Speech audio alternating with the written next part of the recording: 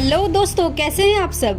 स्वागत है आप सभी का मेरे चैनल काजल डांस फॉरएवर में। तो आज हम बात करने वाले हैं बॉलीवुड की ऐसी अभिनेत्री जिसने एक झटके में ही वो सब कुछ हासिल कर लिया था जिसे हासिल करने के लिए बड़े बड़े हस्तियों के पसीने छूट जाया करते थे।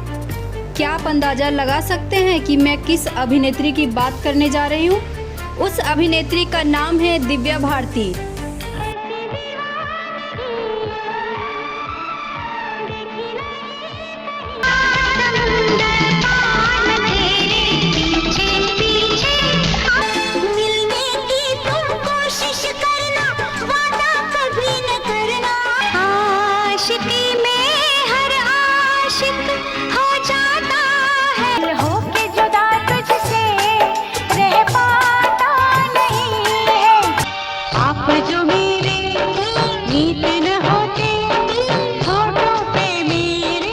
आप सबकी चहेती दिव्या जी, जिन्होंने कम उम्र में ही शोहरत हासिल की थी, लेकिन शायद उनकी किस्मत ने उनका बीच राह में ही साथ छोड़ दिया। ऐसा क्या हुआ था दिव्या के साथ जिसके बाद वो हमेशा के लिए गुमनाम हो गई। तो चलिए जानते हैं दिव्या की आगे की कहानी। तो चलिए बढ़ते हैं आगे की वीडियो में और जानते हैं। दिव्या भारती का जन्म 25 फरवरी 1974 को मुंबई में हुआ था। दिव्या को बचपन से ही फिल्मी दुनिया पसंद थी। उन्होंने 14 साल की उम्र में ही मॉडलिंग शुरू कर दी। एक बार की बात है 1988 में जब दिव्या महज 14 साल की थी तो उन्हें फिल्म मेकर नंदू तोलानी ने फिल्म गुनाहों के देवता ऑफर की थी। वो इस फिल्म के लिए पूरी तरह से तैयार थी, लेकिन दिव्या के पिता ने उम्र का हवाला देकर मना कर दिया। बाद में उनकी जगह संगीता बिजलानी को कास्ट किया गया था। बीते दिनों की बात है, एक बार वीडियो लाइब्रेरी में गोविंदा के भाई कृतिक कुमार की नज़र दिव्या पर पड़ी और वो दिव्या की खूबसूरती पे मोहित हो गए थे। फिर उन्होंने फिल्म राधा का संगम में गोविंदा के साथ कास्ट करने का मन बना लिया। पढ़ाई से छुटकारा पाने के लिए दिव्या ने परिवार को मनाया, फिल्म साइन कर ली। इसके बाद उन्होंने महीनों तक डांस और एक्टिंग क्लासेस भी ली, लेकिन आखिरी में उनकी जगह जूही चावला को रख लिया गया था। फिल्म से निकाले जाने के कई कारण थे।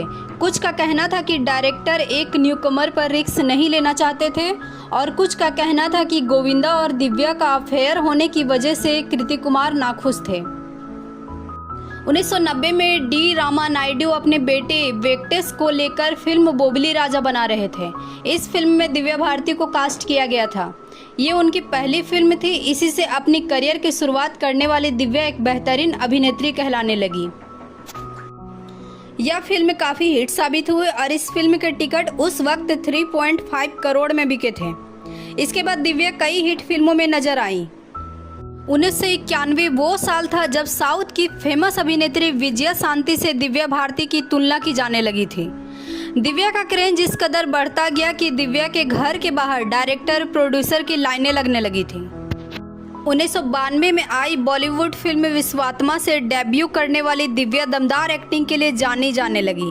यह फिल्म सुपर हिट साबित हुई और इस फिल्म के गाने और भी हिट होने लगे। आज भी इस फिल्म के गाना सात समंदर सबकी जुबां पर हैं।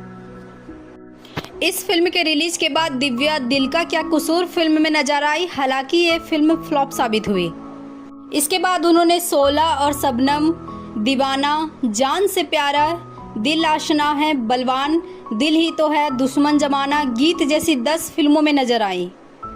16 और शबनम के सेट पर ही दिव्या की मुलाकात प्रोड्यूसर साजिद नाडवालिया से हुई और पहली नज़र में ही दिव्या को दिल दे बैठे और उन्होंने दिव्या को प्रपोज कर दिया। दिव्या ने यह प्रपोजल खुशी खुशी एक्सेप्ट कर लिया था। 10 मई 1992 को घर में ही दोस्तों की मौजूदगी में निकाह कर लिया। साजिद से शादी करने से पहले दिव्या ने इस्लाम कबूल कर लिया था और अपना नाम सना रख लिया। 1993 आने तक 21 फिल्में कर दिव्या टॉप अभिनेत्री में गिनी जाने लगी, लेकिन शायद किस्मत को कुछ और ही मंजूर था। 5 अप्रैल 1993 को दिव्या हैदराबाद से मुंबई दोपहर में लौटी थी। उन्होंने फ्लैट की डील फाइनल की थी, इससे वो बेहद खुश थी।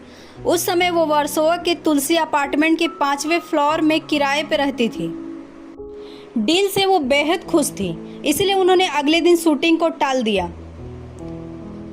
शाम को दिव्या की दोस्त जो फैशन डिजाइनर रही नीता लुल्ला का कॉल आया। वो उनसे फ़ौरन मिलना चाहती थी। उन्होंने दिव्या की कई ड्रेस भी डिज़ाइन की थी। शाम के वक्त दिव्या और उसकी दोस्त नीता और उसके पति श्याम सभी साथ थे। उस रात तीनों शराब पी रहे थे। रात 11 बजे दिव्या उठकर किचन में गई और वहां पर 12 इंच की खिड़की पर बैठने की कोशिश करने लगी और अचानक से उनका बैलेंस बिगड़ा और वो 5वीं मंजिल से गिर गई। जैसे ही वो गिरी उनकी नौकरानी तेज चिल्लाने लगी। उनकी दोस्त नीता और श्याम दौड़कर नीचे आए और वे दिव्या को उठाकर पास की कूपर अस्पताल में ले गए, जहां उन्हें मृत घोषित कर दिया गया।